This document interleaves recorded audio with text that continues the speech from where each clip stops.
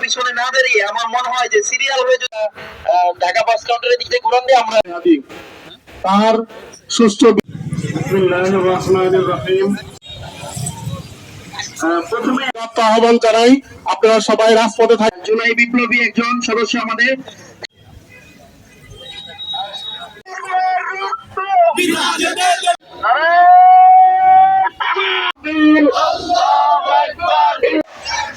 আমার ভাই কবরে তুই কেন